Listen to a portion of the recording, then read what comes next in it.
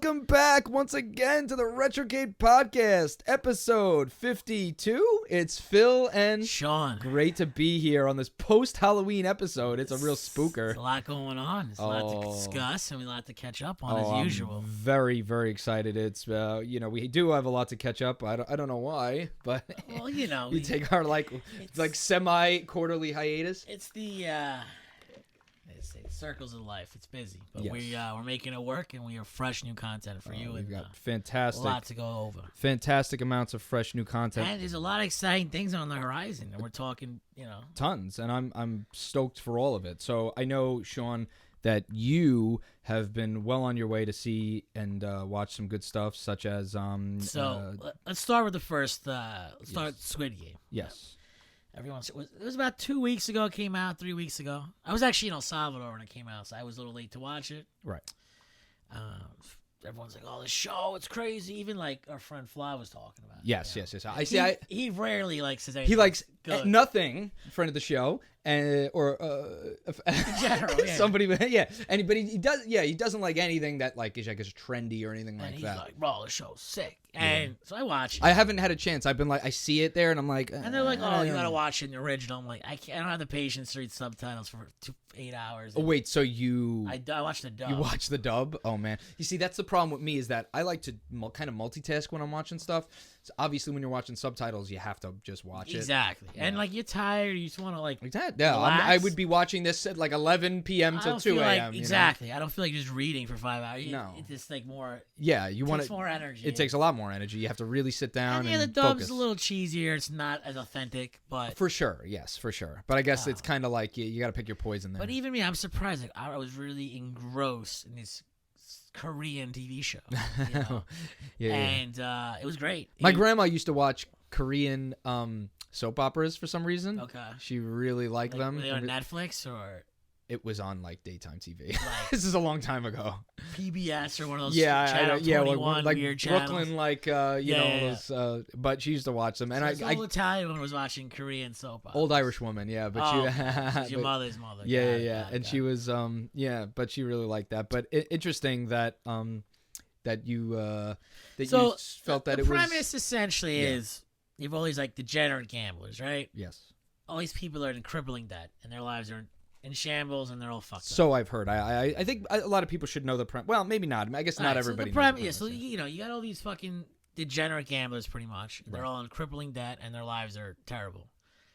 And they get them to this like game show. So they only find desperate people that are like desperate for money. They get them to this game show kind of thing. Everything's underground, completely legal, and the winner gets like millions upon millions, like absurd amount of money. So it's kind of like Hunger Games in Similar, that sense, but more not more dystopian, but I guess there's an economic piece to it. It's very complex, social, like a lot of social kind of stories and whatnot. Yeah, and there's a lot, and of course social commentary to it too, with the haves and the have-nots. And you see like these millionaire weirdos wearing a mask, and they're just like. I like it already. About these like that's what the millionaires do in real life. They're laughing at these peons. Yeah. And they're peons. And they kind of make the analogy like, well, you bet on horses like we bet on humans. Yeah, it's essentially just horse racing for the rich. Gotcha. And then there's all these and you see all these people deteriorate their morals to go further. Right. They throw away their ethics and morals to kick everyone else while they're down. You feel bad for certain characters and. You start to hate certain characters, and you start to root for certain characters. Sure. And as every episode is more it's rounds, Netflix, right? Netflix. Yeah. It's just like the most watched Netflix show. Yeah. No, it keeps popping up. I was like, well, it's not each round, Hulu. People are actually dying. Like in the games, people die at the end of the game. Sure. So it weeds out more people. How many are like? Because I've seen like there's like a lot. There's a lot. There was 5 rounds of the game. Oh, you didn't? A ton of people die early on. Yeah. Yeah, so not to spoil it. Are we spoiling it? Nah, I'm not gonna say anything about. Sure. We'll just give our light commentary and there's a huge twist at the end, which I'm not gonna say anything about. Sure. You're like, what the fuck? Oh, cool. I like that. Now I really want to watch there's a huge, and they also set it up for a season 2, but that's the only How many episodes? So it's one season so far. 8 episodes. 8 episodes, one season. It's an hour apiece. Yeah, might be 45 minutes. Okay, now. great. So it's pretty digestible, which is good Yeah, because I think I watched it within like a week time. I watched like That's 2 fine. episodes of clip. right, the 2 episodes clipped in a week. See, I just rewatched Star Trek: The Next Generation. Wow. What's that on now? Paramount? It's on Paramount Plus, but it's still on Netflix in the meantime. Really? I think that it's going to come off, so that's why I made a point to go watch it again. Amazon had the Star Trek movies for a yes, while. yes. Now they're on And Paramount there Plus, was- right? They bounce There's around. fucking like 10 of them. Yeah. Wrath of Khan is like The best of those 5 or 6 movies. Wrath of Khan yeah. is the best Star Yeah. Trek movie. And the original. Oh, for sure.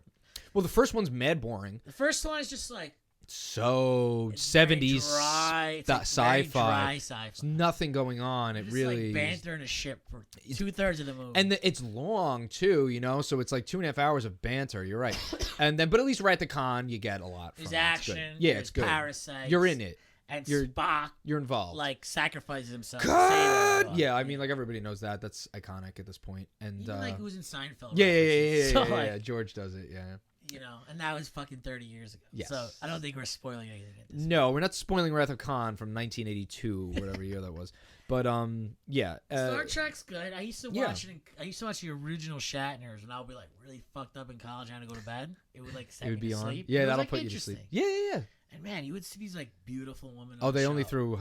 Like- Gene Roddenberry loved his babes. You would see like she was like an alien, like have green hair. Yeah. Just And put then some she'd green be, on like, her. Smoking hot hottest model. model you ever seen. Yeah. And then wearing like alien cleavage, you're like, oh, what is that? Yeah. Exactly. Whereas like the 2021, that would never fly. Oh, It's no. like, that's objectifying women, That's objectifying racist. aliens. Yeah, like the new objecti- shows like Discovery or Picard. I mean, they just have horrible reviews from fans. I haven't watched either of those. Picard yet. hasn't got. I haven't watched it. No, in fact, that was kind of the things I was like, let me rewatch the original And Patrick show. Stewart was great. Like the TNG. Patrick Stewart was great. Patrick Stewart's fantastic, and he's great on TNG, The Next Generation, because that was great. I watched that as a kid when it was on. I wasn't like a big Star Trek fan. I was Star Wars, but that would be on Channel 11 or whatever, and I'd keep it on, and like spaceships. It was on like junk time, like 4 in the afternoon. 4 in the afternoon or evenings on a Like a Sunday or some Saturday, shit. yeah. Yeah, Saturday weekends, exactly. So I watched a fair amount of TNG as a kid. I even had that Star Trek Enterprise D or whatever it is that as a toy. But I was much more of a Star Wars fan. I mean, course. Star Trek back burner. Star Wars is entirely. easy to digest as a kid. Of course, it's much easier to digest as a Well, kid. speaking of kids, they came out with a Star Trek like animated.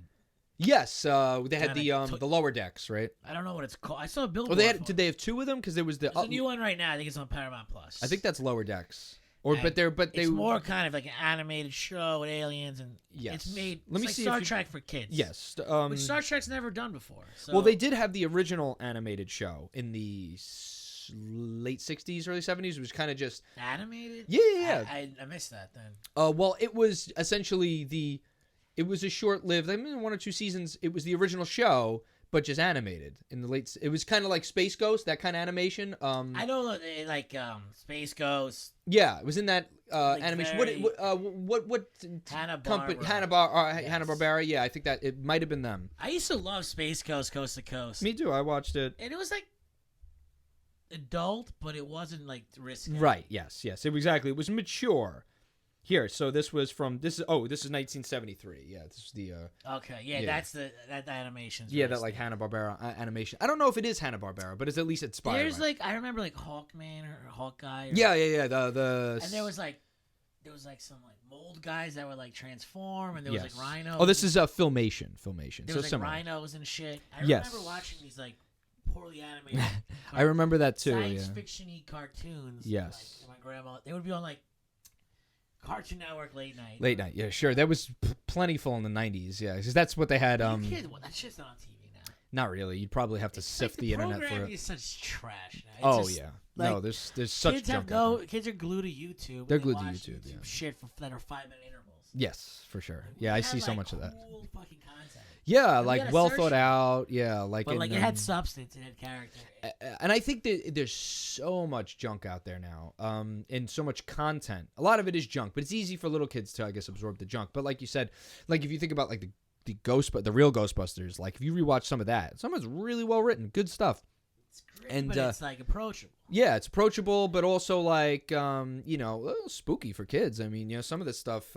Even my wife was watching it, and she was like, "Oh wow, like that's creepy," but also like You know who was like one of the more like scarier villains in that show is the Pumpkinhead guy. Pumpkinhead Guy's great. He's like- Sandman, I think, is really probably top. I'll haunt your dreams, and is a creepy, like animated, like yeah. So, but yeah, the Pumpkinhead Guy is creepy. Man, as a kid, that was like my. There's the Boogeyman. I love that show. I didn't get to watch too much of it as a kid because in the earlier '90s it was really coming off TV. I had like VHSs I recorded. That's exactly. I probably watched the same 10 episodes. Same here. Yeah. I had like the same 10 episodes that I watched. So remember there's like 150, you know. At the end So of it, like very, very end of it, I'm talking 95. Mm. They were on like USA Network Yes. at like 6 a.m. Yeah. Like, Yes, that's it. I would like. See, I didn't even have cable at that point. I had to get them on ABC at 6 a.m. on a Saturday. So they would play an episode, and my dad would like VHS record them. I'd be like, Dad, he would record them for me. Yeah. But they would be on like ungodly hours. 6 a.m. on a Saturday, and that was it. One episode. And like, so it would take you to watch 4 episodes. It's a month. And that's an eternity to a kid. And it was always the same They few. did that for maybe a year or two. Yeah, if They're that. like, this 80s trash. Like, yeah. So like you said, I only about 10 episodes of the same ones. So some of the best ones I never got to see as a little kid. It I was get to on rewatch Netflix now as an adult. briefly. Yeah, for a while, or a while back, I should say. I want to say, is it 5 still years ago. on like a foreign Netflix? No, what you can do is Is it streaming anywhere? they're putting the episodes. I think the company is putting episodes on YouTube now. They have like season 1 on YouTube. YouTube sucks. Well, I think the expectation is that it won't be up forever, you know. But I think season 1 of The Real Ghostbusters is on YouTube right now. But that's probably 18 ads like you're watching on TV. Well, yeah, you're not gonna get like Netflix, you know, no ads. It was on briefly. Oh, I know. Yeah, that probably goes about 5 years ago. Probably around the time we started the podcast. I'd say it was on 6-month window. Yeah, it might have been about a year. I watched.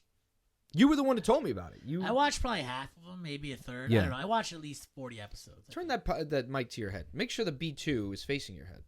B2. Yeah, I see it here. I see it. Yeah. Well, But, we got some new equipment here. We're upgrading slowly but we're surely. upgrading. We got some production value here, don't we? I mean, some people have like amazing studios. Ours is like falling apart.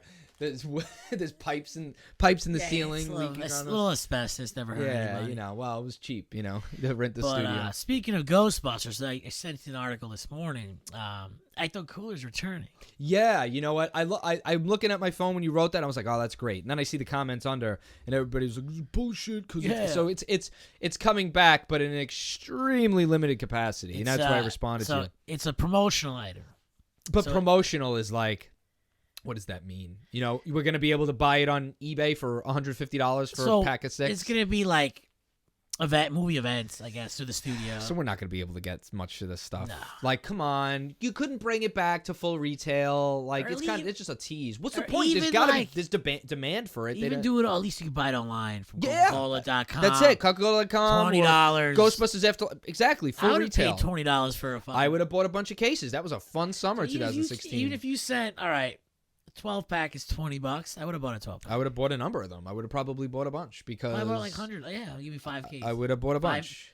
Sleeves. They were in sleeves. Sleeves. Well, So- yeah, sleeves for the cartons, the Yeah. juice boxes, as opposed, and they also did cans last time. I didn't get too. any cans. Oh, you didn't? I got both. Yeah, because the Cans cans were were like some. online and shit. Oh, my mom was able to scoop a few cans. She's like, "Look, I got Ecto Coolers." I remember. So she remembered them it's from funny, the 80s and 90s. I you was know? like working supermarkets doing beer at the time, and I was like at ShopRite as they got a shipment. Right. I Yeah, called you you, were like- the one to tell me I which was like, stores had them. Yo, ShopRite got it. Like, ShopRite- got here like in the next hour. In the New York metro And, area, like, you ShopRite got- was the only store that had them. You got there in an hour, and you got like the last 2 or 3. Yeah, I bought, and I the didn't just buy a sleeve. I bought the cases of sleeves, which was But like 5 They sleeves. had like a whole pallet, and it sold out in an hour. Oh yeah, for sure. 'Cause everyone that like us, they see, they call their Yeah, friends. the handful of nerds spread So the then- word. Yeah, And this is like a very sought after item. yes. So like once ShopRite. It makes you wonder though, why don't they don't want to, like, there's not a little money for them to make on this? I don't understand. It's they just don't give I mean, they have the recipe, they own the rights. The production probably costs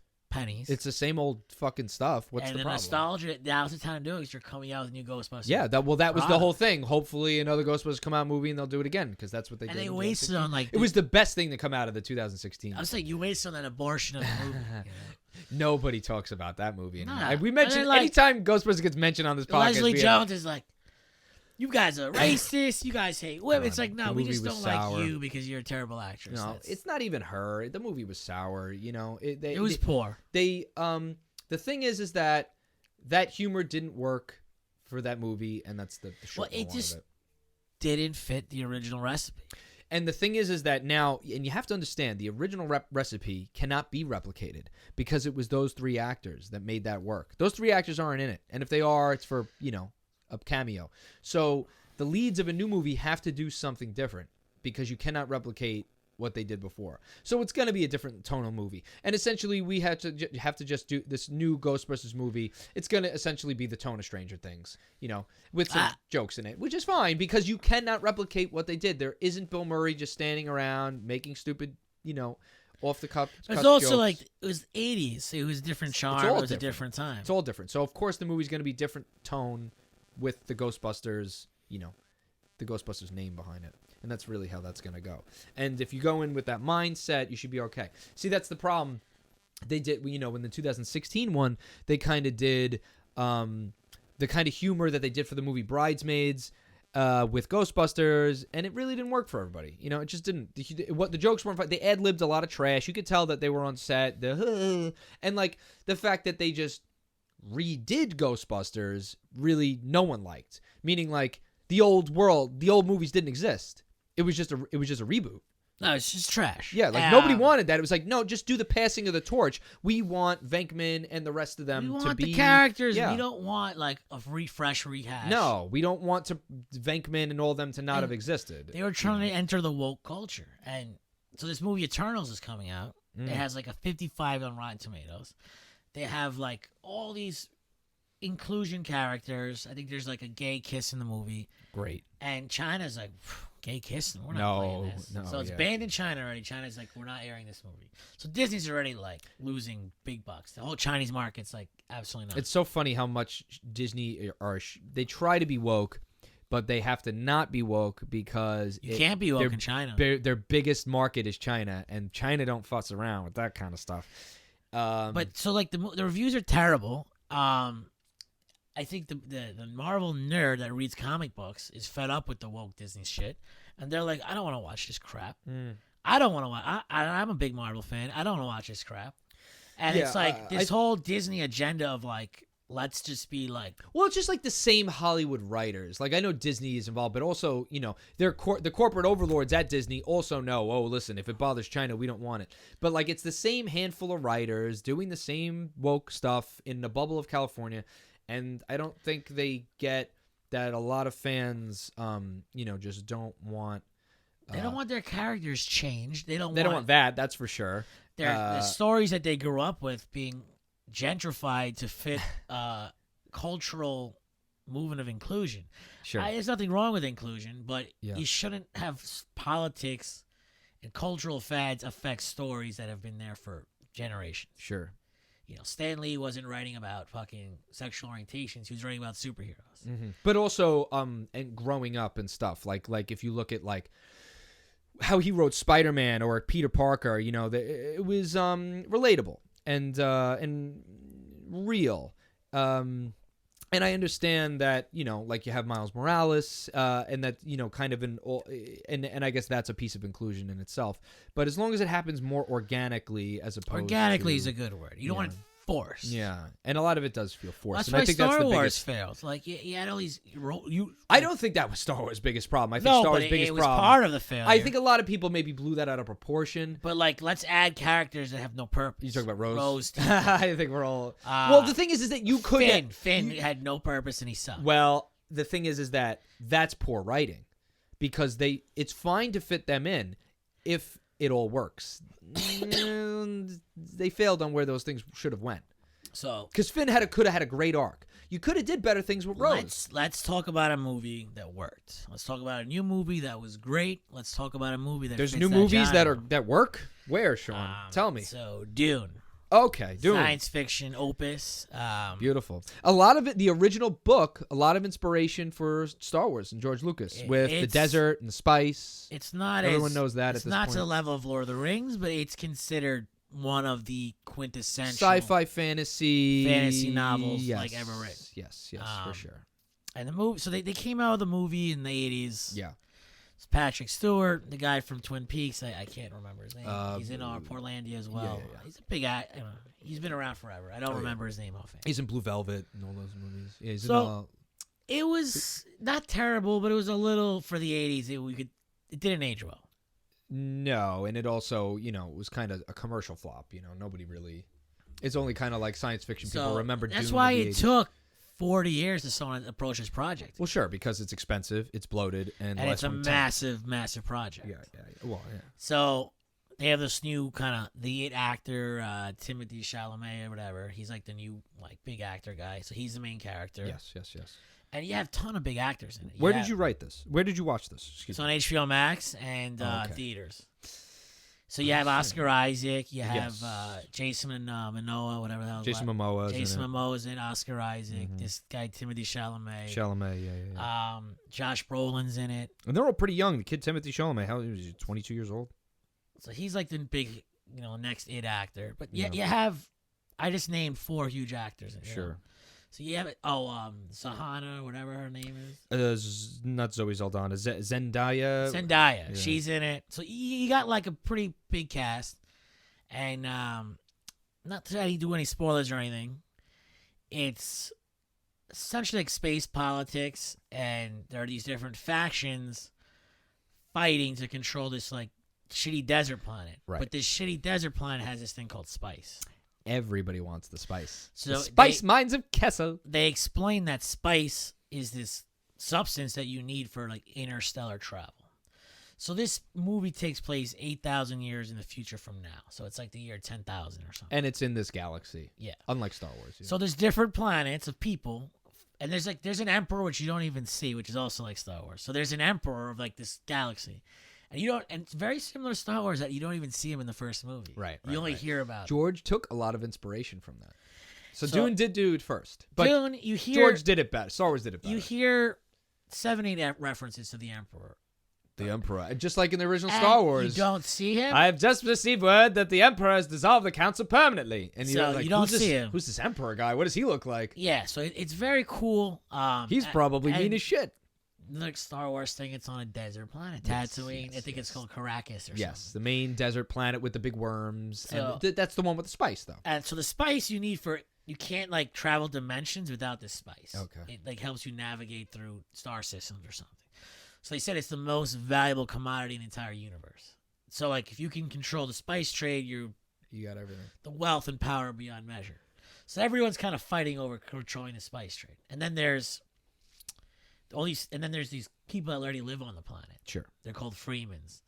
So they're like equivalent of like Native American, like they are like inferior technology. They're kind of like taken advantage of, and they don't get any benefits of You're going to buy the island of Manhattan from them for $22. So all these galactic empires are taking all their resources, and they're like living in the boroughs, like squandering life. Sure.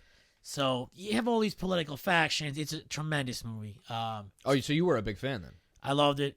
I have HBO Plus. I gotta check it out. It's 2.5 hours. I want Squid. I gotta watch all this shit. These are 2 new contents that I both give 2 thumbs up. Which is shocking because usually it's ass. We're just ragging on whatever we watch. I'd say 2/3 of my reviews this sucks. 2/3 is like fucking 80% is all ass. And I'm giving both big 2 thumbs up. So 90% Rotten Tomato scores. I'm giving 2 And here I am watching The Next Generation again, which took me like 2 months because it's 200 episodes. This is brand new, fresh content released in 2021 that's actually quality entertainment. That's promising. Listen, Dune's not original, but it's a remake from a movie they made 40 years ago and a book written 7 years ago. Yes, and everybody's kind of been looking forward to them to redo Dune, at least science fiction people, because there's this promising story there to be done well. They're filming the second movie, and how many Dune books are there? There's 4, I believe. Okay.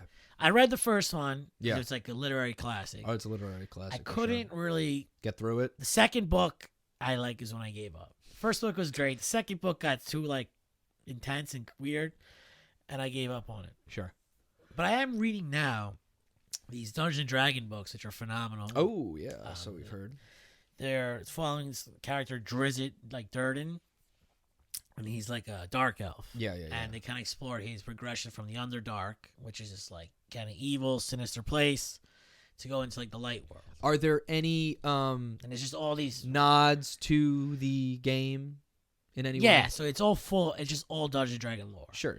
And their character base is tremendous. You've played D&D before. Yeah, and I've been playing it more lately. You've been playing it lately. I haven't played it in 20 years, but I did play I it. enjoy it. Are you the DM, or are you just a I have DM, but DM being dungeon master for the so you kind of control the game and the rules, and you kind of like the storyteller. You guide the story, guide the the story, and you set the rules. You roll your dice behind your little thing, and then like you roll for the monsters. Yeah. Okay, he rolled an 18, so he's gonna hit the shit out of you.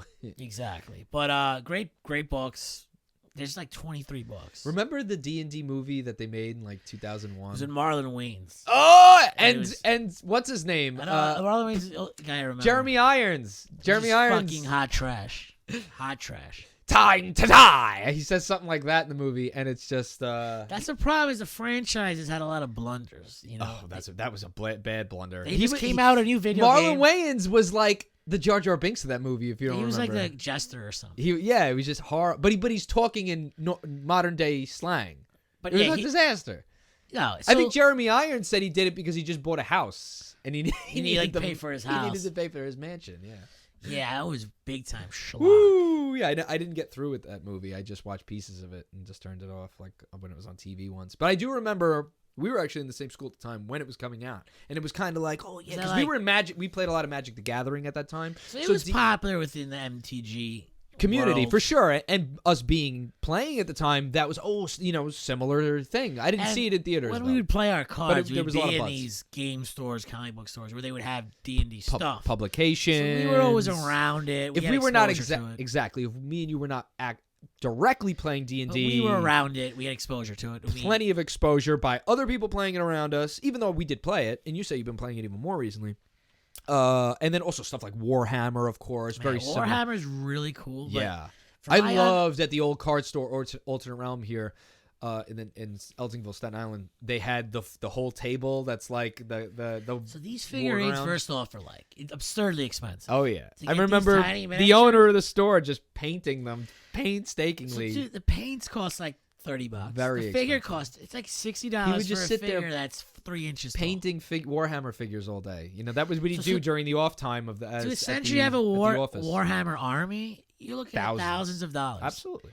And you see, it always looked cool, but I was too young. They look. To get into oh man, I can't even paint them now. No, yeah, he would have his little monocle on, his little magnifying glass, just painstakingly.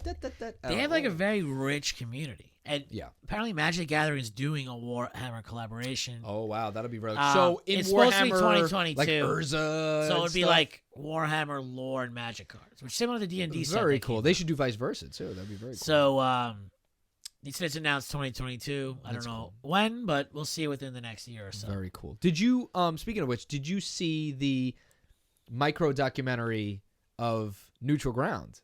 Absolutely not. This is my god. We put it on the Retrocade podcast page a month ago. I'm not even aware of this. Oh man, it's like a 13-minute documentary. So it's a very short but sweet. Yeah, it's a micro documentary about Neutral Ground and about Brian David Marshall, the owner of Is there like Neutral Ground. Fremont footage of when we were there? There's footage. Yeah, there's not a ton, but there's footage. Yeah, like that's the route. That's it. That's where we played. Where'd you find this spot? It's like on the Magic the Gathering YouTube page. It just came out. Like what is it called? I'm gonna watch this like ASAP. Oh yeah, it's great. It's and Neutral Ground to me is like a very like almost not holy, but just, it is like it is holy. Powerful place in my memories of like absolutely like adolescence and growing up. Spent a lot of our youth year time there, especially given that it was just so cool because you were like in Manhattan as in like a 12-year-old in a 10,000 square foot loft with 18-foot ceilings or whatever it was. Played with all these strangers. It was like a simpler time. Very simpler time. And like fun. You it was just like this a carefree world. I mean, of course, that a lot of that has to do with our being in our youth, but it's a pre 9/11 New York where you can, as a 12-year-old, take the bus into Manhattan and play Pokemon or Magic the Gathering. No one would ever do that now. You let your kid go to the city at 12 and play cards, and it wouldn't even exist because there's no venues that'll for be kids $10 million. Cards. Yeah, like who can even afford that in today's? It's just it was impossible. Gigantic. Just so can we give if we could give a little background to what Neutral Ground was? Neutral Ground was essentially this card store, but it was also like a gaming place. It was a big loft in Manhattan. It was the gaming place of Manhattan. It was on the 7th floor, I believe, or 6th. They say it in the documentary.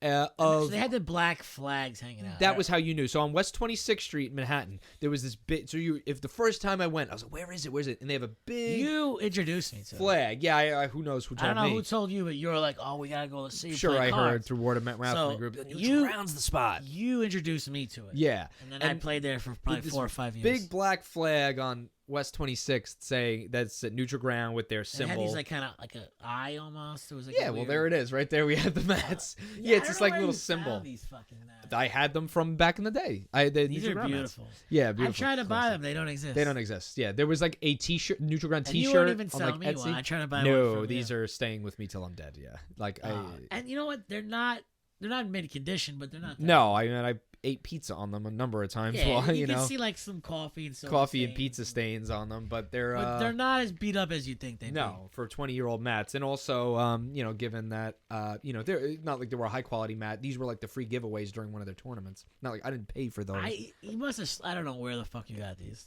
I don't recall what tournament. There was a tournament where enter the tournament and you get a free play mat. And I was somehow snagged too. Probably like took Steve's or something. Yeah, exactly. That's probably what happened. Yeah. So they gave us free play mats, for when you play Magic the Gathering or Pokemon. But it was a big loft. It's essentially a card store. Of course, Warhammer, everything else. They even had a gaming section for online gaming. I have memories with the old big. No, they're all playing like Diablo 2 Diablo and, 2, EverQuest. And but the big old tube TVs, like screen monitors. It was like this little cove of fat hot pocket eating nerds. Yes. It was like clicking away. It was long before the pay for the internet. Of course, you had to. It'd be like $5 for the hour. Yeah, exactly. And then, but they did have that. But it was before that was like a modern pop culture trope that like South Park kind of made it that way for World of Warcraft episode. This is about 7-8 years before that. Exactly. So like this was origins. Yes, this was the origins of that, where the gaming, like nerdy underground hot pocket eating greasy gaming community, and that was a thing. And you would see because you walk in and then they have like and it's an elevator. You take an elevator up to like the 6th or 7th floor. It's like floor. a freight elevator. It's a freight elevator that you take up to the 6th or 7th floor. The whole experience as a 12-year-old is so cool. Amazing. Yeah, it was great as a young person to do that. And then the elevator opens up and you're right in there. It's not even like a hallway. You're right into this big loft. The glass cases had these Magic cards of... As we've talked about many times, Sean does not remember, but there was, of course, a Black Lotus there at all times. I just remember Time Walk and Ancestral Recall. Yeah, but of course they were there too, but they never had a black-boarded Lotus, but they had a white-boarded Lotus. They just had these Magic cards that were like, oh, wow. Yeah. It's like you're looking at like a relic. Yes, because, and you're a 12-year-old, so you have like $20 in your pocket. Oh, yeah. And these things are like... something that you can never afford. What's crazy is that Black Lotus at that time was really only 5 or 6 years old, but even then it was like an untouchable, to us anyways, to 12-year-olds, was an untouchable item. And it's only gotten even... now it's really untouchable, as 30-year-olds. It's as untouchable now as it was for us then. It's like something that will never physically own unless you won the lottery, because you can't justify spending 50 to 150 to $500,000, which was on even if you get a whiteboard, you're looking at $10,000-$15,000. Yeah, I think even maybe more now. And that's for like a beat up. 10. Yeah, exactly. PSA beat 4. Up. You could pay revised. $10,000. Yes, revised beat up PSA 4. Beat up like shittier whiteboarder is $10,000 to $15,000. That's what they had in there though. They had a whiteboarded Lotus at the time in 1999, $400. $15,000 for not even like the nice version. This is like the shitty version. That's how expensive they are now. Yeah. So even as a 30-year-old, this is unobtainable. It's the same level of unobtainable as it was as a 12-year-old. And it's only gonna get to the point where it's like it's gonna be more expensive than fucking diamounds. Yeah, it's like a Black Lotus, like a Bitcoin. The Moxies are actually the price of real diamonds. In like we went over that how Mox Sapphire would be more expensive than a real heavy sapphire. So I have to watch a documentary. It's a great little documentary. It's a lot about Brian David Marshall, because he started the place. Who actually I've had beef with in the past because he booted me out during a Magic tournament. Well, because you're getting kicked out of competitive play for your Pokemon shenanigans. Yeah. I was the #1 Pokemon player in the world, but they didn't have many Pokemon tournaments there. I played in a couple, but mostly Magic. We mostly did Magic. Yeah. I don't think I ever played Pokemon there. I played Pokemon at a more local level. I played 2 tournaments there. And then we did a lot of like regional tournaments. We did a lot. Oh yes. But because Pokemon for whatever reason was not as popular, like that was specifically Magic the Gathering, and they had Warhammer on the side, and of course I had a memory of being there playing like a draft or something.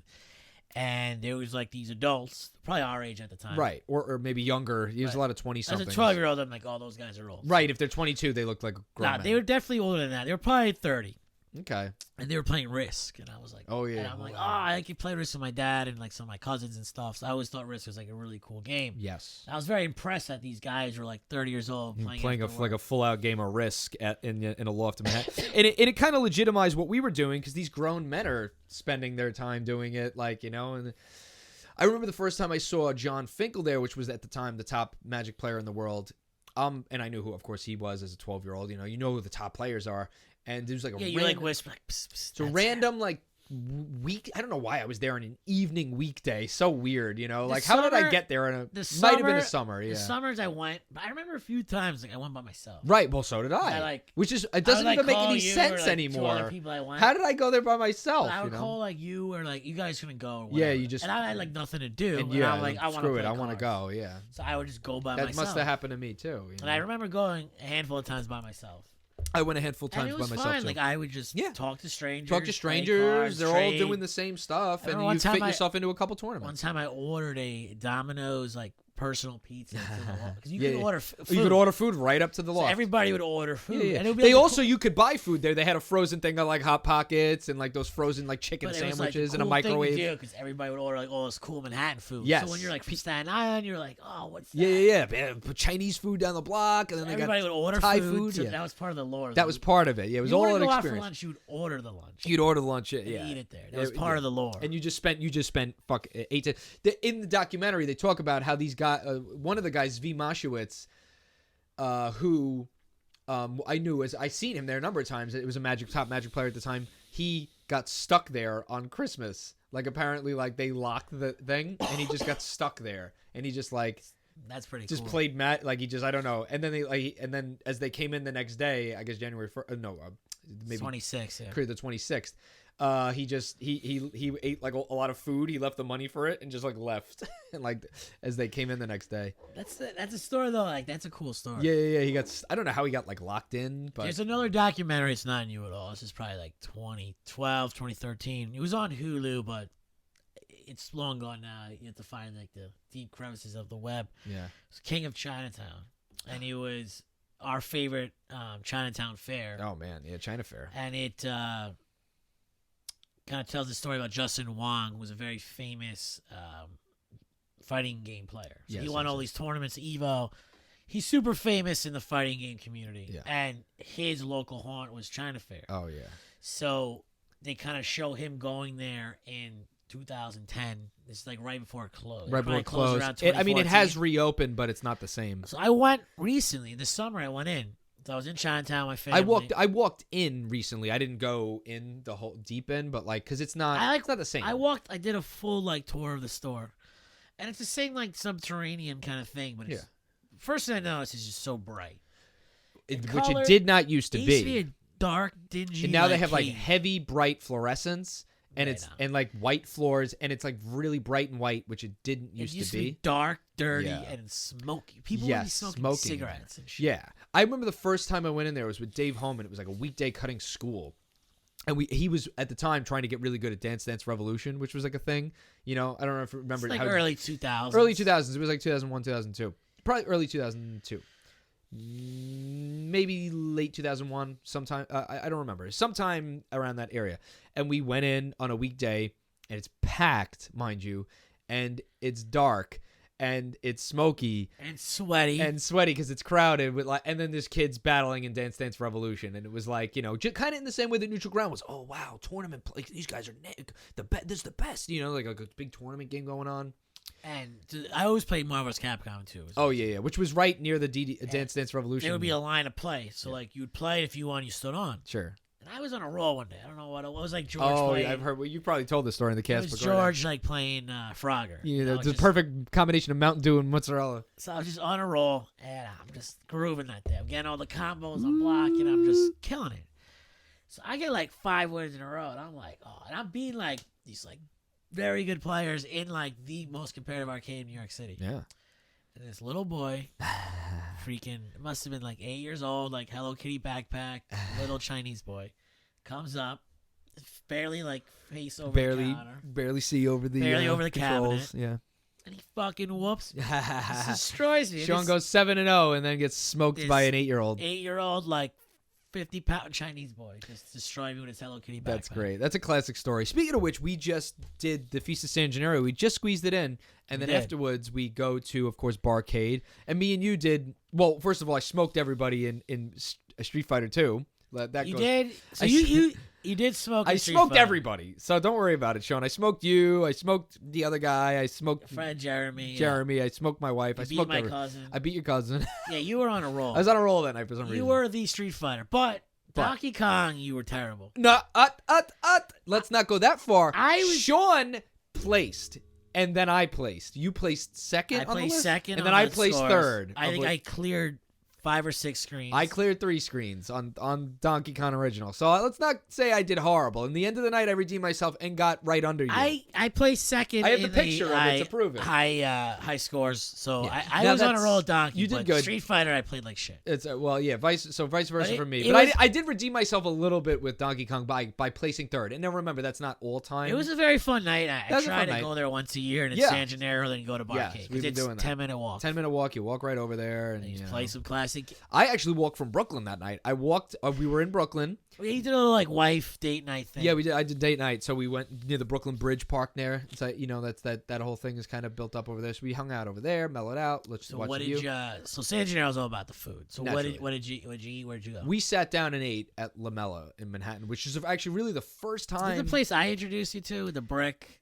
No, that we almost ate there. They had a long ass wait. That's Casa Bella. Yeah, that's my favorite. That's Sean's favorite spot, which me and Sean have ate there for some. Like I think it was like, why did we eat there as 214? We ate there when we were like 14. And Penny's store name. Yeah, Penny's store name. Why we spent fancy? We spent all our money on this one lunch. Yeah, and left like a $1 tip. Yeah, definitely. Like I'm just like, like how did we even play that?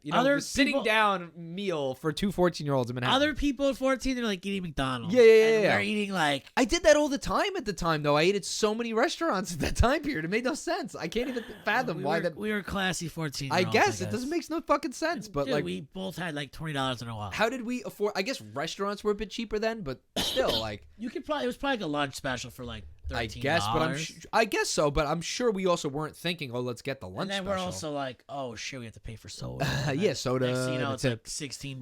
Yeah, and even 20 years ago, so it is crazy. We did go there. I would say like 2003, maybe. Yeah, we 2003. 2004 the latest, but probably 03. It's been delicious since. Yeah.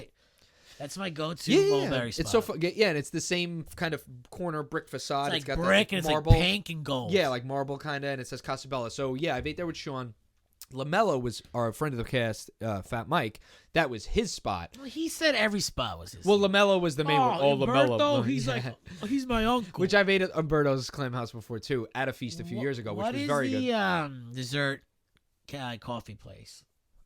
Ferrara's, yes. Yeah. Which I had Ferrara's last feast, which is 2 years ago because COVID killed last year's feast.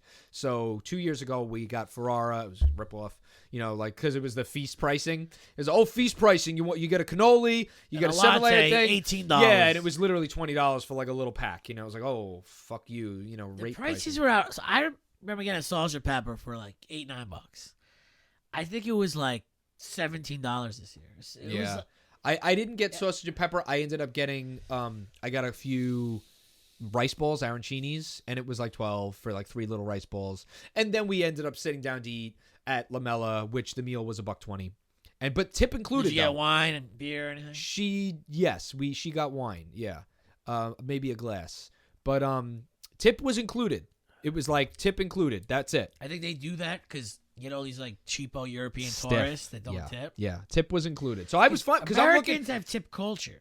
So all these tourists and they say like, oh, let's go to this festival. They don't want to tip. I was thinking about that last night when I was why they do it. Paris. I felt awkward not tipping like people at restaurants and stuff, but like you're really not supposed to because they'll take it, but it really you don't have to. Like I was in Guatemala, I tipped them like $3, and they're like, "Oh, thank you." Yeah. I ended up tipping like a taxi driver like £5. I gave him a good tip because he was being a little nasty. I'm like, "Here, buddy, just brighten your day." And he was like, your husband is very good, I'm like, well, thank you, like saying that to my wife. But yeah, you don't have to tip there, but I felt like obligated to do it. That's anyway. why they impose the tips. Yeah. Because all these people don't, and then whoever other states even and stuff. Canadians don't tip that well. Probably, Where just America has a tip culture. Yeah, it's a tip culture, which actually sucks. But it said 18% already added. I'm like, shit, all right. Like I was gonna give them more than that, but okay, 120 for the whole thing, so be it. But my sausage pepper was delicious. Good. Phenomenal. Like I eat them in stadiums and stuff. I was gonna get one. They were a higher level than the stadium. Yeah. You get because the stadium is just straight up premium, and that's it. The bread is not as honestly, good. You need like them to simmer in that like oil. That oil, I just like you need the vegetables onions to sit there. And the pepper. When you order it like a pizzeria, it's like made to order. And it's not good. You need it simmering on that griddle. That grill, like it just all the flavor and the smoke, and it's just the grease and the oil, and it's the smell. It's everything. You get these like fresh, like Italian roll. Yeah, brand new fresh stuff made that morning. I think I paid $16 and it was well worth it. Yeah, I know. And you're just eating on the street. Eating on the street. It's classic. But it's classic. Like when some of our friends were like, I'm done with that. And I'm just like, yo, it's tradition. I get it. Like, but with the fact that it's more expensive now. Yeah, like my girlfriend's not going to eat like a sausage on the street. Yeah. But for us, it's a tradition. Yeah, for me, I enjoyed it and I liked it. Yeah. I was with my cousins and my sister came for a bit. You see, like I wouldn't, these are traditions that why stop them? The only thing that stopped me from going last year was COVID. They canceled it. It was the first time. You had a good run. Yeah. I think 2019 I didn't make because you went like an afternoon. I couldn't go. We went on a Sunday afternoon, yeah. But before that, because I always go to the feast at night, and I was like, I think it's time to try to feast in the daytime. So we try to go to Spring Lounge, which is like the bar for San Gennaro. Yeah, it's the main drag bar. Yeah, right. There's like a shark on it. Yeah, Can't miss it. Yeah, it's on Spring Street and Mulberry. My sister's like Vax Pass was expired. Oh God! Like you have to re-update it. Yeah. And the guy's like, I'm not letting you in. Oh my God. She's like, a vaccinated, like fucking bozo. Yeah. Like it's not like the vaccination expires. Like, it's expired, like scram. You're not the vaccination itself isn't expired. So we couldn't go in. It's lame. Oh, it's so fun. I didn't know that it was your sister's card that was expired. She updated it. Well, then my other idiot cousin didn't have his ID. Oh. So he left because we're like, you're a moron. Yeah, you gotta bring your ID. She updated her pass, and then we got into Barcade. And you missed her by like half an hour, probably. Wow, yeah, because we were. She just left. We were walking there. Yeah. When you got there, she said just 10, left. 15 minute walk. I was there for like 3 hours. You must have been there for a while because when I got there, you got were there there like 11, I'd say. Yeah, and we stayed left until till like 1. Yeah, we all was able to get. I got there. We hitched a ride out with our good friend Jeremy, but that was clutch because otherwise I would have had to Uber or walk to Brooklyn from Manhattan. And that would have sucked. That would have been like $30 Uber, probably. Or more. It was peak service because of the. Man, Uber's such a fucking ripoff. No, I don't. That's what I'm saying. It would have probably been $70 or something. I ridiculous. left my car somewhere. I was like drinking. I left my car in Brooklyn, and I walked over the Brooklyn Bridge, and then No, but like recently, I left my car like Van Duzer by my house. Oh, you had to Uber to it. I Ubered. It was like $25 to go like. Uber pricing is nuts. 2 miles, 3 miles. It was like a 10-minute. I have a car. I won't fuck with Uber if I have a car. It's such a blatant ripoff that you might as well get like a yellow cab at this point. Yeah, I mean it'll be cheaper at this point because also they do the surge pricing. The rates have gone up as it was, I was never a big fan of Uber to begin with, so I don't really do it. And I didn't intend on walking from Brooklyn to Manhattan, but I said, why don't we walk the Brooklyn Bridge? And I was like, and if we do it, we ain't gonna walk back on the Brooklyn Bridge. Let's just walk all the way to the feast, and that's what we did. It wasn't that bad from the Brooklyn Bridge to the feast. It wasn't that bad at all. So how was your Halloween? Well, I went trick or treating. I got myself treats with the kids. I had your son. What was his costume? He was a skeleton man with a skeleton hat. Kind of looked like Baron Samedi, like from GoldenEye or from whatever. Instead of View to a Kill, which James Bond movie? I'm not too versed in the Bonds, honestly. I was never a big. I know you weren't. I'm never a big Bond guy. Yeah, you weren't. Did you like GoldenEye as a kid? I like the game. Yeah, but that was it. I never saw the movie, actually. You never saw GoldenEye, the movie? Never. What? Never saw it. Holy shit, you need to go watch it. That's like one of the best ones Pierce in my Brosnan, opinion. right? Yeah, he's great. That's one of the best modern ones. I didn't even watch half the Daniel Craig ones. That's okay, because half of his weren't that good. Like Spectre and like Quantum of Solace weren't that good. But yeah, I never watched. I mean, Skyfall is great. And like also, when it came out, like that's when I'd take me to see it, and no one took me. And then are you talking about Skyfall or no, GoldenEye? Well, and it was like never. It was like never on TV. That's true. Why? It was never on TV. I remember when it came out. My dad. I didn't have cable either, like you said. No, I didn't have cable until like the 2000s. So, like, me too. whenever I went to my grandparents' house, You'll watch that kind I'd of watch. stuff. And then they had the when you don't have cable, you're like, oh this yeah, is so great. much. Look at all this programming. Yeah, all this programming, so many options. Now it's like not billions of things on your fingertips. Yeah, But back then, I'm like, whoa, I got more than 10 channels. I got 3 more channels. I know, as opposed to like ABC and Channel 11. Dude, like we sound like dinosaurs. We had like 8 channels. That was it. I know, because I had like Kids think now about would be like, the fuck is this? In New York, you had Fox 5. You had like ABC 7. Channel 2, it was 2, 4, 5, 7, 11, 13. That's it. And then you had the Spanish channels and bullshit. Everything else that that doesn't count. It didn't go past. It was 2 to 13. 2, 4, 5, 7, 11. It was 13. 9 too. Is UPN. Oh, UPN. Can't forget about Notice UPN. we forgot about it because it didn't cater to our.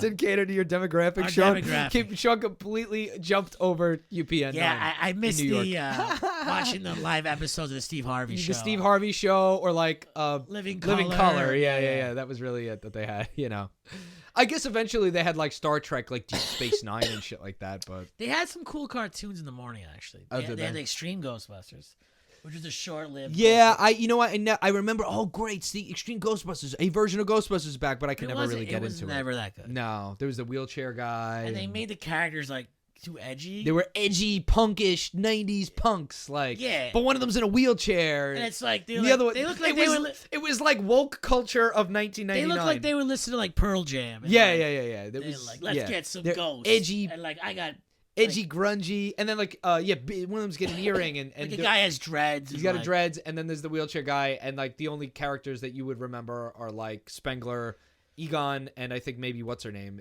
the Ginny, and I think like Slimer was in it. Slimer, yeah. But that, But so it I wasn't never very really good. I was very excited for it. I'm like, this kind of sucks. Same thing. Yeah, I never got into it. I was like, oh well, but where's Venkman? You know. I'm like, new Ghostbusters. Yeah. I'm like, this. Now the stinks. characters didn't grab you. Yeah, like like they were too kind of corporate like design. You know, like hip and edgy and in your face. Never like caught we on. grew up with that. This cell phone era. You look around, So- everyone's just on their phone all day long, 24/7. Oh yeah, everywhere you go. And of it's course, we all know people that are now. on dates. People are with their families. They're just kids are like they're like eating spaghetti as they're looking at their tablet. That reminds me, that's topical. What about Pete Davidson at dinner right now on Staten Island with Kim Kardashian? That's funny. That's a good one. The memes are going around. Like wildfire. Yeah, They're yeah. great. I love the one of them walking, and it's got Ralph Seis's in the I back. saw the Top Tomato one. Oh man, That one's great. I And gotta watch these memes. So There's like for anyone that Mona's doesn't know, in Great Kills, and like Primark. And yeah, like all the Staten Island haunts. They should do what other Staten Island haunts? They go Bay Street. You have them at like Richmond Republic. There's a whole bunch of them, and they're hilarious. Yeah, that's good. Yeah.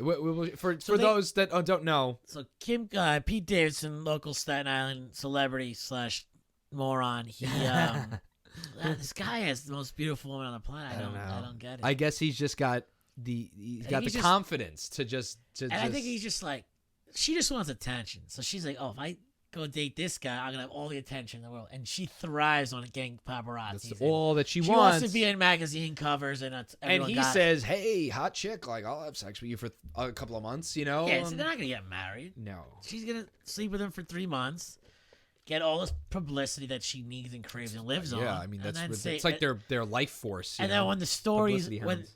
he gets old, she's gonna dump him. Yeah. That's how. That's Sure.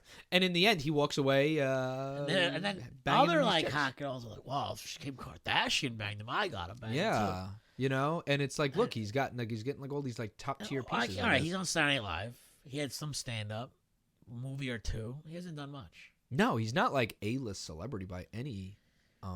You know what I thought was interesting? He's now become like a well-known comedian or well-known like he's just a celebrity. publicity He's a celebrity. generic celebrity but mostly really because of all this side You know shit. what I thought was interesting? He was cast in a new Ramones biopic. Oh, really? As like Johnny Ramone or somebody? He's one of the Ramones, yeah.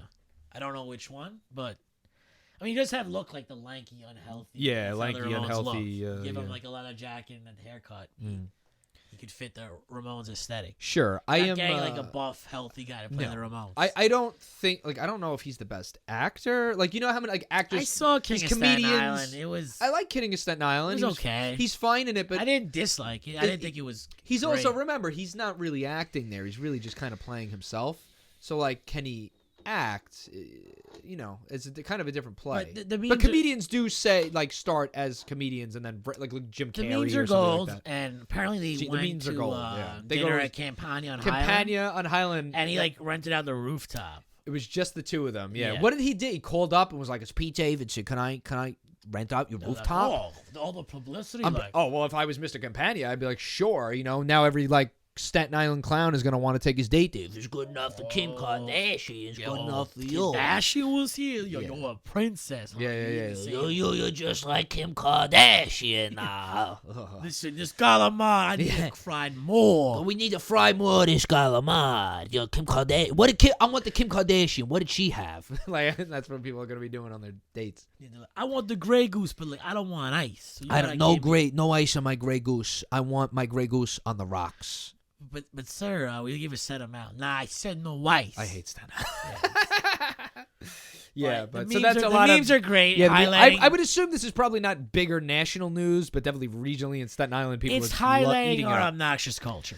That's For sure. I mean, and we get a good laugh at our own yeah. selves. But we're defensive. Some idiot from Pennsylvania is Yeah, like, hey, that's Staten our Island Staten sucks. Island We're you're like, talking right, about. Pennsylvania, calm down. Yeah, that's our Staten Island you're We talking can about. laugh at our own obnoxiousness, but For sure. And for sure. And but it is funny that he's bringing LA, her LAS, rich, wealthy LA aesthetic. Beverly Hills. Beverly Hills LA aesthetic Staten to Island. Staten Island. The funny thing, the Campania rooftop and you're overlooking Highland Boulevard. Yeah, Ooh, yeah. like- I guess maybe you see the Verrazano Bridge in the distance, but in the Not end, over there. there's just Highland Boulevard. Mid-Island, yeah. yeah. Yeah. It's a good laugh. It's a good larf. Yeah, it's a good piece So of. next episode, we're gonna do a Ghostbusters review. Yes. and we're gonna discuss kind of the holiday rush and Yes, it's coming up soon. Hopefully, we'll get it out before Thanksgiving. Well, we have to. Hopefully, we'll do it that. You say you're going to see the movie on the 19th. We're going to see Ghostbusters Afterlife, and then the day. Hopefully, the days after that, we'll get a straight up review in, and then we'll do that. That'll be very fun. If we see the 19th, we could probably. This is a rare feat for the Retrocade. Fit an episode before Thanksgiving. I would like That'd to. be Yeah. 2 episodes in a month. Well, we kind of have to start squeezing them in, Sean. The last episode was almost 8 weeks ago. Unheard of for us. Yeah, I know, because we're this is become a quarterly podcast. 4 episodes a year. It's kind of like a.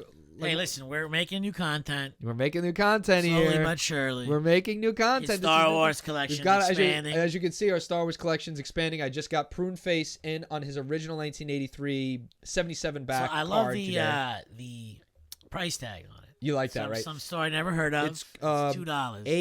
AAFES at $2.85. This figure cost me about $70. I showed you It's Prune Face original. So when I with original- texted you all a few days ago, original when I saw a listing accessories. for Proton Pack original Yes, inbox, Sean was showing me a Proton Pack original 1987, whatever. those things 86. inbox are extremely rare. Oh, Sean, you said about $800. Yeah, $800. yeah. But those pieces, it's a beautiful, beautiful piece. I love those. Yeah, Too Rich for My Blood. And the same kind of, of course, the same It's packaging. the aesthetic that of these. Yeah, the same style. Of course, They're these are the could reissues. Walmart just give what the fans want? So speaking of Walmart, I purchased the Walmart Beast and Wars. Target's exclusives and their distribution is a disaster. So I bought the if Beast you're into these Wars. kind of I love collectibles. Beast Wars. You remember the Yeah, 3D you were show. telling me, Sean.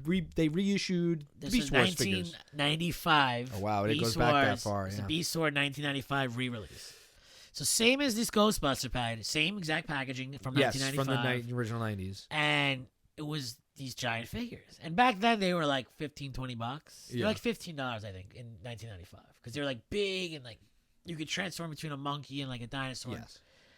And they had all these features and weapons and things. And now it's $50. Oh each. my God! I figured you were I going to paid say $100 for both of them. And that's that. retail. Damn. That's not even like. They marked up on eBay prices. Oh yeah, the fucking scalpers that'd probably be like $100 or each. more. They usually double But it. I saw them and it was like very limited window to buy them. And I'm you like, just nabbed them.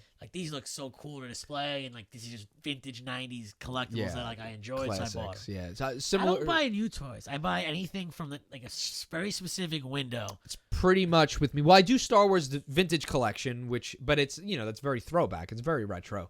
And then of course I'm collecting the original '97 Star Wars figures. I've noticed I'm 'cause almost I'm there. having the same problem as you as being an adult. I don't have room for this shit. No. And I'm waiting until I like. That's why I'm just individual figures because I can't do vehicles anymore. They're just tremendous. Where do you put them?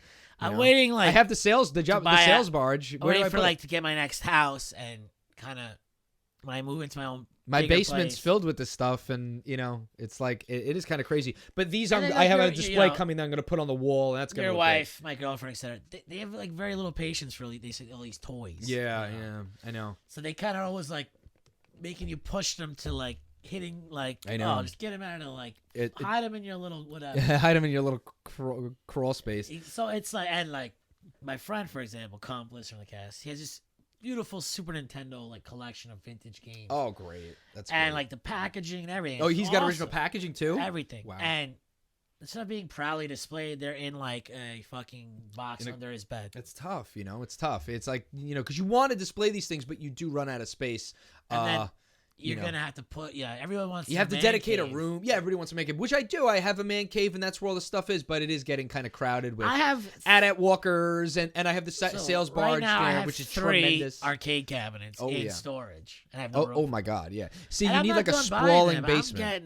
I want 3 to 4 more. I want like 7, 8 machines. You want it to be like a barcade down I'm there. gonna That's great. One day have a fully functional What you need is a arcade. sprawling basement. You need a sprawling, not You just need a room that your wife doesn't go in anyway. See, but my basement isn't much bigger than the studio room. It has little layers to it, kind of. It's like level. Well, because I have a split level house. But so there's the main level, there's the level people sleep on, and then there's the basement level, and it's not like like a set of 4 or 5. I was stairs. in your house not too long ago, a few months ago in the summertime, and the only thing you really had there was the giant skiff. The sales barge, Jabba's sales barge. I have like the Falcon next to it, the big Falcon, and I have AT-AT walkers in there, and I have like. But I I got a couple things on the wall. Yeah, so I'm gonna, but like I pretty much stopped collecting modern at that point, and I'm focusing on. I'm gonna want to get the original '97. I'm get them on a nice I display. do re-releases, retros. Yeah. Oh, so like I had Nika bought. is the only new shit I buy. Is a Nika turtle line. Sure. You mentioned so that. Fucking Yeah, cool. and a lot of people are. Yeah, exactly. That's great. And a lot of I'm not as much into turtles as you are. I love to see it, but I can't spend the money. You gotta pick one. So yeah, exactly. But You like can't. we have Ghostbusters. Well, Ghostbusters and Star Wars, I'll go for. Yeah. Majority of the original X-Men line in package. So I have some cool different things. Yeah, you have a good variety. I'm mostly Star Wars Ghostbusters. Yeah, but you have a great variety. A lot of my shit's in card or box. Yeah, you want a carded. Yeah, card is just for display. Exactly. Well, you bought this beautiful display, which we can show down the road when you know. Oh, what, the last 12 or which one? Your big project. The big project. I have this beautiful display that I'm getting from Collectors Displays. Drew Tagg on Facebook. He makes amazing custom displays, and I have that getting shipped from the UK, and that's where my original '97 is going to go. Because otherwise, where the hell do you put them? They're individual loose figures. Where do you put them? But he makes a beautiful display, and that's going to be a beautiful piece. And I'll do like a separate even video on that, Sean. And we'll just to show it off, we'll put that on the Retrocade YouTube page. But to cap it off with a few of the other like things, collectibles I purchased that are modern. I got the Antok Merrick X-Wing that comes with a carded one. It's impossible to find, Target exclusive, and I had to go but I looked on the app, and there was one listed in Brooklyn, and I drove all the way to Flatbush. I'm like, to get it. I've done that before. I'm like yeah, I did it on a weekday. It was horrible. And especially Flatbush. It fucking the Flatbush Avenue Target. Yeah, like downtown Brooklyn. Can't park. And the store is right next to the Barclays Center. It was like horrible. I had that like park blocks away, and I'm like still like kind of blocking, like it's still in a towaway zone. But I ran in, and it turns out they had a bunch of them. They had like 7 of them on the thing. You could like nobody in that neighborhood wants them. And I was like, oh shit, I was about to buy them all, but I was like, I'm gonna just buy one. They're expensive. So I bought that one. And then also PulseCon, which was like Hasbro's like kind of con that they had, it was just live stream. They had the Emperor's Throne, and it was going to be on sale, and it sold out in a minute. And I'm in the car going upstate, and I was able to nab the Emperor's Throne. You got to see it. It's a nice display, Sean. You got to check it. It's called the Emperor's Throne. Beautiful. Yeah. And let me show you what it looks like in the Emperor's Throne room, it's called. And it's going expensive now. Jeez, the box alone is going for $60 on. Here it is. So it's I remember seeing that coming out. Yeah, I was able to nab one. I got one. It was limit one per customer. Yeah, it sold out in 1 minute. But I'm in the car and I got it. But I was happy that I got it. And it comes with the Emperor, his chair, and the Emperor's beautiful. and it unfolds to be like the throne room. It's a really nice display piece. I haven't actually even really fully opened it yet, but beautiful. So those are the two modern things I got. Other than that, I'm gonna just focus on completing the 97, and like that's it, because I can't be doing all this. Like Sean said, it's a matter of space, and it is a matter of money, because this shit's expensive, you know. But so that's what I've been focusing on. That's what we're doing. And next time we'll be back with Ghostbusters Afterlife. We'll do a pre-Thanksgiving episode. We'll do Thanksgiving holiday episode. Holiday episode. We'll I don't know what we can talk about for Friday Thanksgiving. We'll talk Black Friday because we can't. The last time we did our favorite Thanksgiving movies, we did like what do you do? Planes, Trains, and Automobiles, like the main one. We gotta do. So we watched the Ewok thing. Oh my God, we gotta do Caravan of Courage. We should totally do that for this. I want to do a few things for the holiday season coming up. We should do Caravan of Courage. The original Lord of the Rings animated 1970s. It's such You're a terrible... at the original. What's it called? Hobbit. The original Hobbit. You talk about? No, I think it's Fellowship. Oh, real? Oh, yeah. I know the animated versions. Yeah.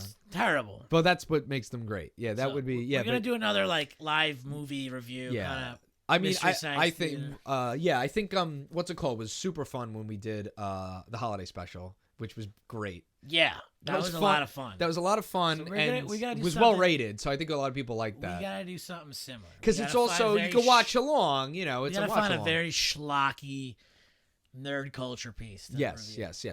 I would love to do Ewok, Caravan of Courage, and the other one. We should totally do those.